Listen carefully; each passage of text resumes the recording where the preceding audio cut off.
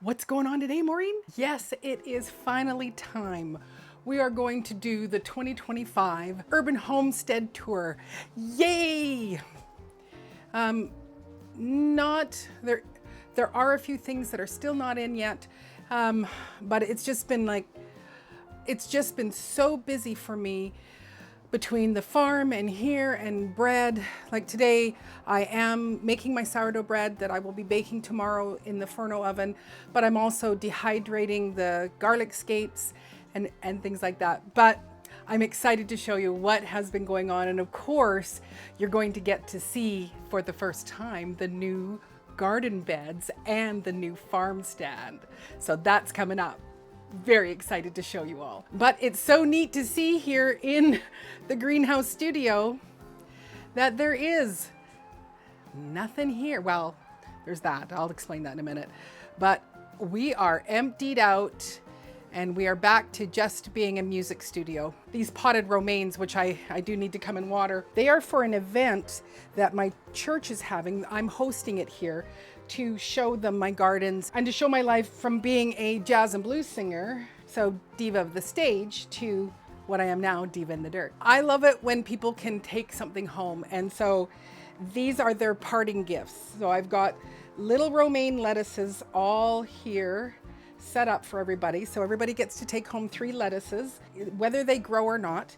This gives them something small to start with. And I love doing the romaine because number 1, it's very expensive in the stores. And number 2, it's a cut and come again. And if you have 3 romaines, you can pick from the first one, and have that as your salad. And then the next day or a couple of days later, you can pick from the next one, and they will keep producing all through the summer as long as you keep them in a cool place. So I just thought, what a great parting gift. A little pot of lettuce. Let's go see what's been growing in my garden.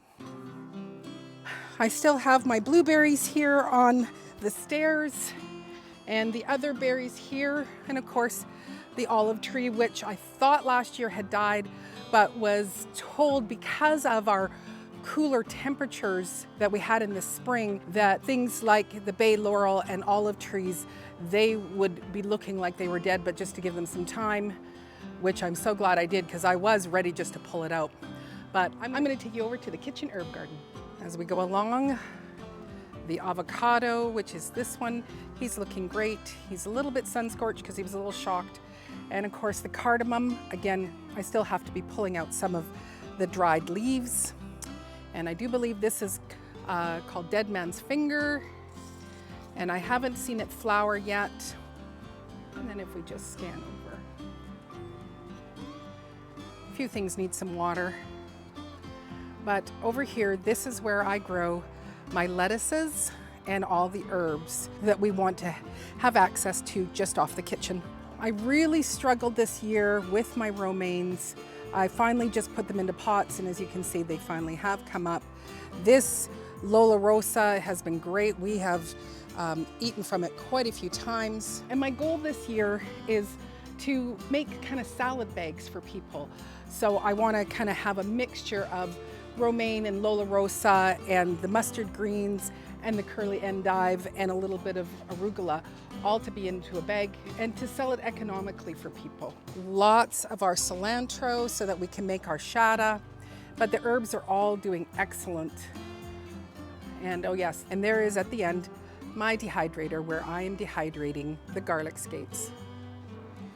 I didn't want the smell to be in the kitchen while I was making bread, so they're out here dehydrating. And I just did a whole quart of dried celery. So I dehydrated it in here, and then I used my vacuum sealer to seal it off. So this has just been fantastic. Now we have this dehydrated celery that we can add to soups and stews. This is the entrance to my house, and there's my Furno oven, and my friend Brian, he put up this great cover to cover over top of all the wood that my son brought. And so it does a great job of keeping it protected. It's drying out this beautiful oak wood wonderfully.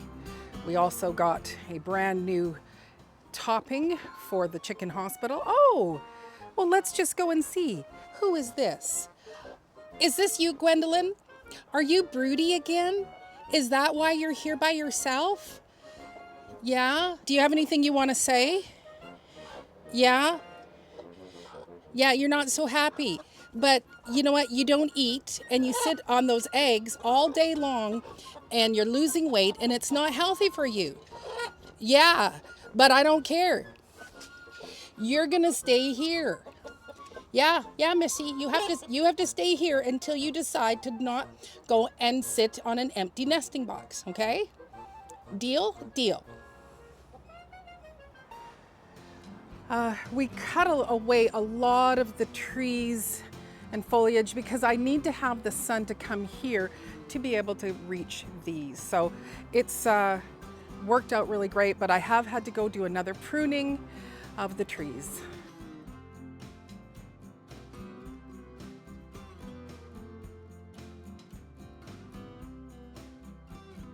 We're going to start with a 3-tiered garden bed. This is one packed garden bed. Actually, I think we're going to start at the side and then we'll come back to the front.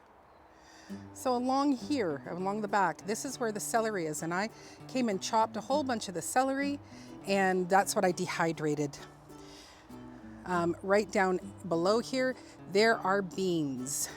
And then we have our fantastic, famous Nona tomatoes for the most part, but I am trying a Provenzano is this first one. And so there is sort of 2 rows of them. And then also at the end here, I have those proprietary seeds that you can't get anywhere with the sweetie cherries.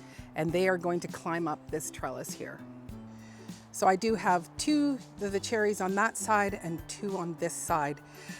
In front of those Nonas, I have more romaine lettuce that I had planted in ground. And then in the second tier, this is where I have my Roma tomatoes. These are seeds that I got 5 years ago from my mom. And so we're creating a heritage seed that I can pass down to my own kids. Did you see something, Gwendolyn? Did you see, why are you yelling? And then around the Romas, planted carrots.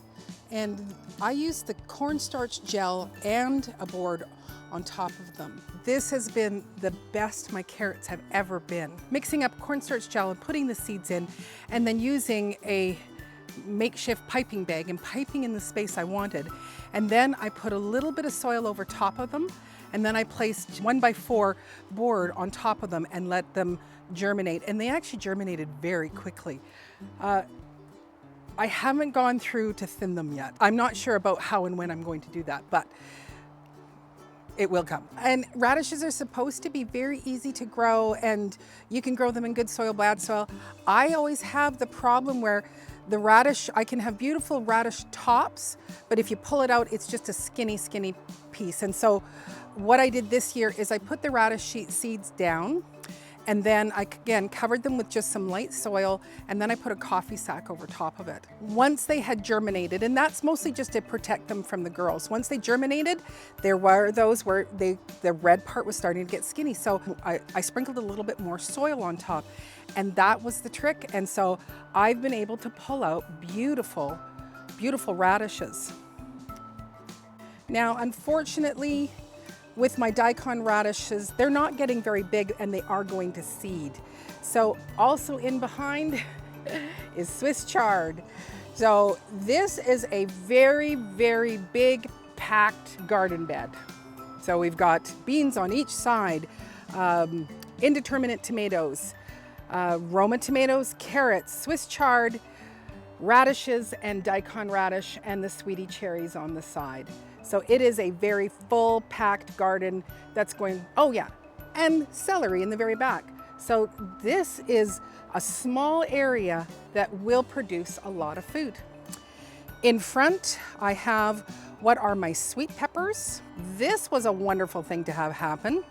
This is the hyssop or anise. And so you get this beautiful scent of the anise, of that licoricey smell, and so you can eat the leaves. And the funny thing was that I had this planter pot over there, and that's where I store, down there is where I store all the empty pots or just some pots with soil in them. And this plant had you know, sort of grown up, and I thought, I don't even recognize what that is. And I thought, it's come from somewhere else. And then I did, you know, one of those photos of it. And sure enough, it was my hyssop from last year. So it was like, I'm so glad I didn't pull it out. I do have a pot of volunteer poppies, which I've left. But in the center of that is my Jamaican sorrel, which I got from Tigsy. So this one isn't as big, I think, because it's not getting as much sun, but the poppies should be finished. But this one is doing well. And then I don't remember what this stuff is. It's the one that's like a grain. So if you remember what that is, shout it out in the comments, please. One of the reasons why I wanted to get this farm tour, because I didn't want you to miss the mock orange in flower, and it is so beautiful. And the scent is just absolutely glorious.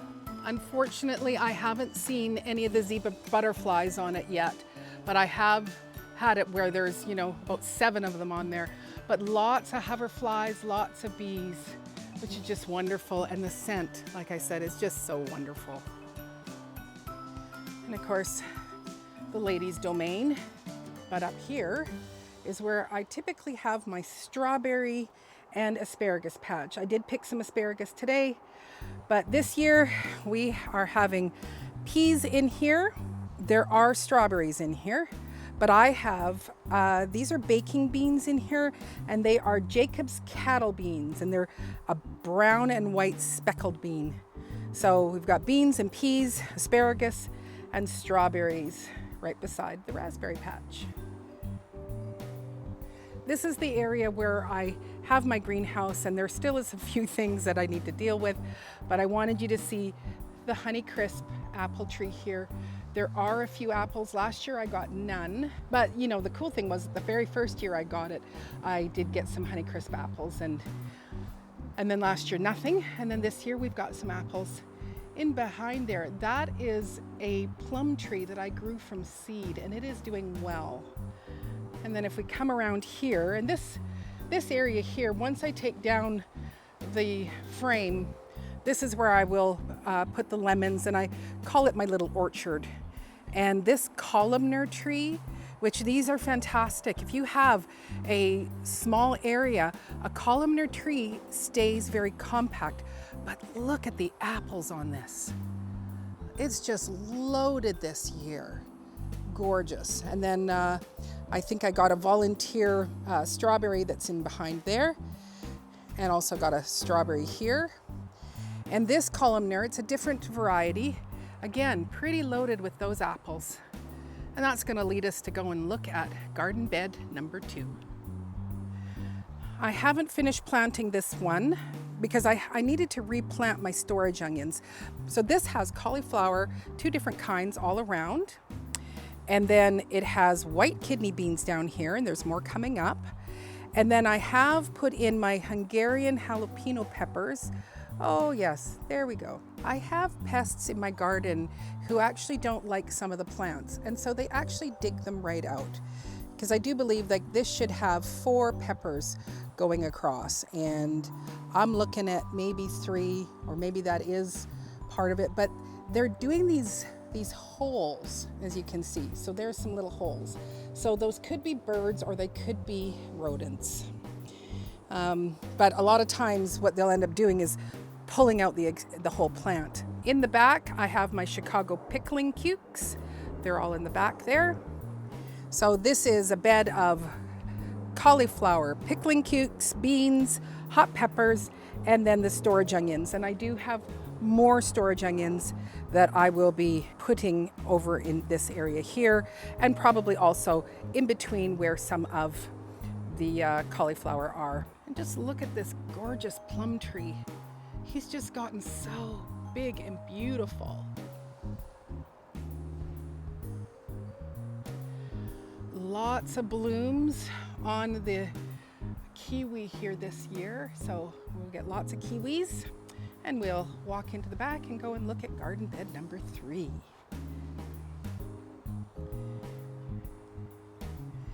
The espalier tree, I let it get really tall, so that's going to need to be trimmed down. But lots of apples, so I believe it's Honeycrisp, a Gala, and a Spartan are on there. And in this garden bed, this is my cabbage. So I have 3 different kinds of cabbage in here, and again another patch of pickling cucs. And I think that's it for this one. Our fig tree is all getting full of beautiful figs. Excellent.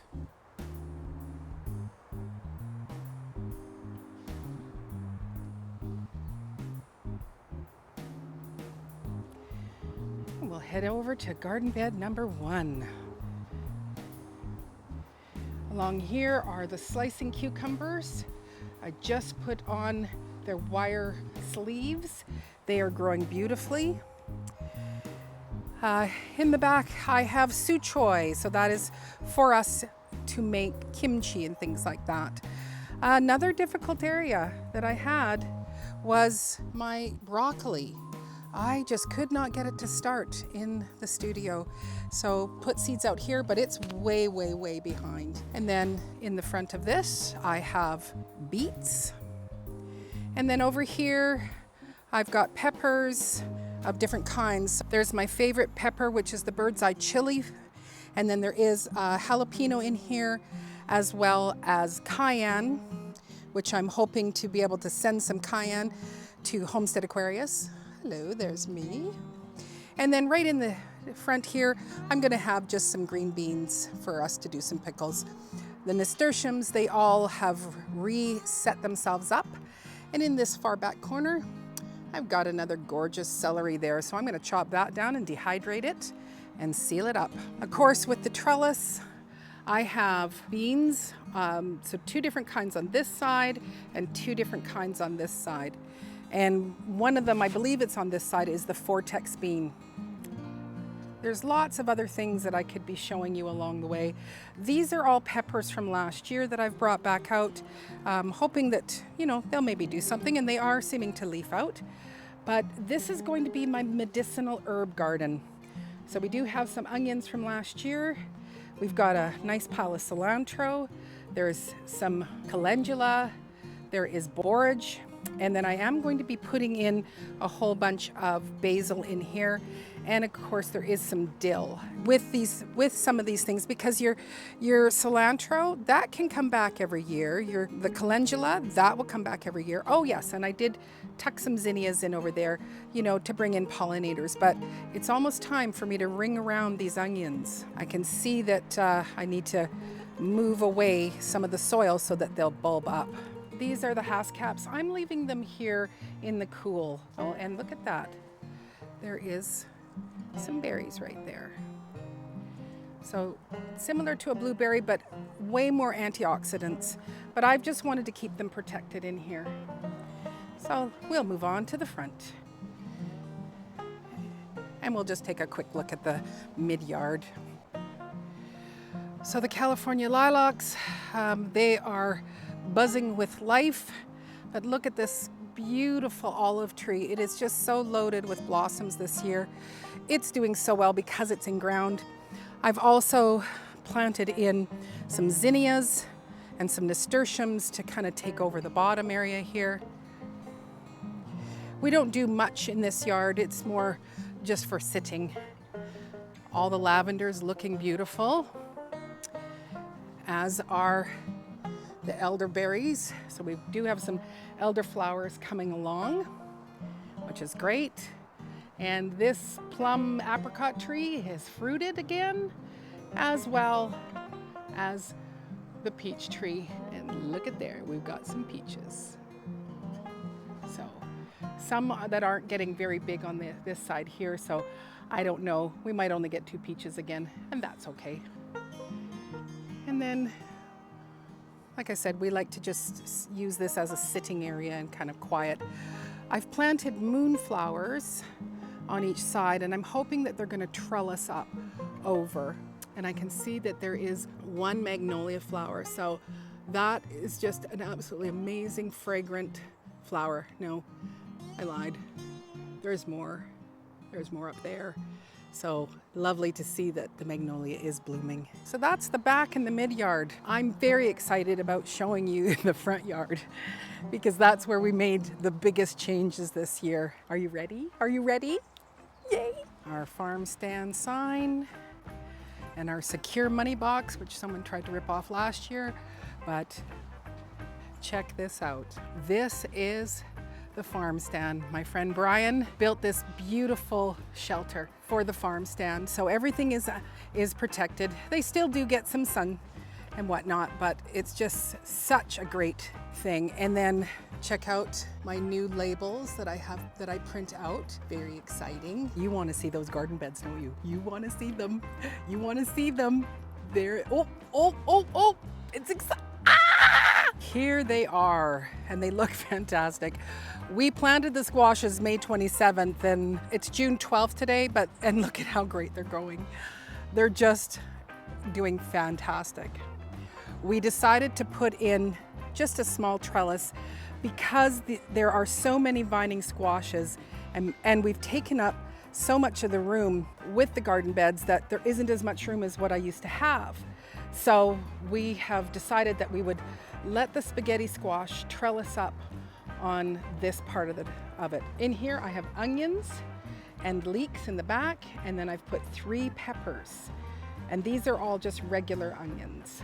So we've got lots and lots of different varieties of squash. Over in the bowl there, that is my sweet potatoes. Before we carry on, I just wanted to I had to go and do a 30-minute stretch and fold. So, this is another thing that we've been repairing. If you would have seen a few months back when I moved this and it kind of fell apart. And again, my friend Brian has volunteered his time to put it back together. And so we're just in the process of staining it. And this is where we can put things like the bread or other products that we want to sell, rather than just having them down at the street level, which that's easy to take. Here, it's a little bit more secure. So, where was I? I wanted to tell you all about the process of what we did to fill all of those garden beds. We didn't decide on the biggest, widest one. We actually wanted them narrower so that we could reach across. And as you can see, that's worked out great. When I was putting it together, I rough measured out some garden cloth. I wanted it doubled so that it would be extra protection for underneath. And because that grow bag, there's no way that I would be able to move the grow bag. So I dug down to where I'm starting to see the landscape fabric just to help even this out. It's looking good so far. So I got them set up, and then I laid down the garden cloth underneath the front and rolled it up so that I would have a place to put the soil. So that's where I put the soil. And then just moved it along, always going from the front until it was all finished. To fill them up, we used the 3 compost bins from the back, and I hired someone to bring them over for me. And it filled them all up about halfway. And so then I went and got a half a yard of soil and topped it up with that. And so it wasn't too expensive for me to fill them. It cost me about $50. These 2 here are the candy roasters, and that's my first year to grow those. They are said to be similar to like sweet potatoes. And I have a feeling that this is probably a zucchini, and it's called a bush zucchini, so I'm hoping it's going to stay put. This other side, you can see it's already fruiting. I don't see his tag, but we'll figure it out as we go. And of course I put one of the marigolds in the center of all the squash beds. I had more leeks, so we tucked them over there and put 2 more of this semi-sweet pepper. Garlic is basically ready. We do need to go and cut these garlic scapes out of here. This is soft neck, which is why it's knocked over like that. And then from this side here, this I believe, again, this is either the patty pan or it's a zucchini. And at the end of that one is also, it's either patty pan or zucchini. Our spaghetti squashes are here to climb up the trellis. 2 more climbing squashes there. Eventually when I come out and we start seeing the fruit, we'll know what exactly they are. I also am trying a straw bale again. And I do have the yams in here, sweet potatoes. So I'm hoping that they're gonna be, that they'll still take. Super excited about the loofahs. So I've put the loofahs here. They are already climbing up and flowering. And then right across from the other side are more loofahs there. And then if we move along, the potato patch is just incredible. Looking really, really good, really great this year. These are the sugar pie pumpkins. I have 4 of them here, and I have a lone potato that has somehow made his way from the potato patch. So I'm gonna let him grow and see what happens. So far, nobody's crushed him yet. Offside of the pumpkins, I have 2 doll baby watermelons. And then this is called a mango melon. And I also got these from Tigsy. And so there are 4 of them here, which is good. Because the ones out at the farm, I don't think that the melon made it. And out at the farm, I have 2 doll baby watermelons, and only one of them has survived the slug invasion. Oh, the grapes are looking fantastic. It is going to be a bumper crop of grapes this year. The flowers are just, I don't know if you can see in there. I'll try to get you to, yeah. It's just absolutely incredible. So we have been coming out and clipping off the ends to keep them pruned down so that they focus on giving the fruit. So we just pull these, just snap them off. You know, we do kind of try to snap them off where the grapes are, but I'm just snapping from where I see. It's going to be an amazing year for the red grapes. So we'll be making some more grape juice. But I'm super pleased with just how beautiful the front boulevard looks with these new garden beds and with the farm stand. It's just so wonderful. Anyway, I'm sure when I'm editing all this, I'll be going, oh, I didn't show you this, I didn't show you that. But hopefully it'll make it into the next video. I hope you're having a great day wherever you are. And I look forward to seeing you on the next video. Take care, God bless. The garden of 2025, woohoo!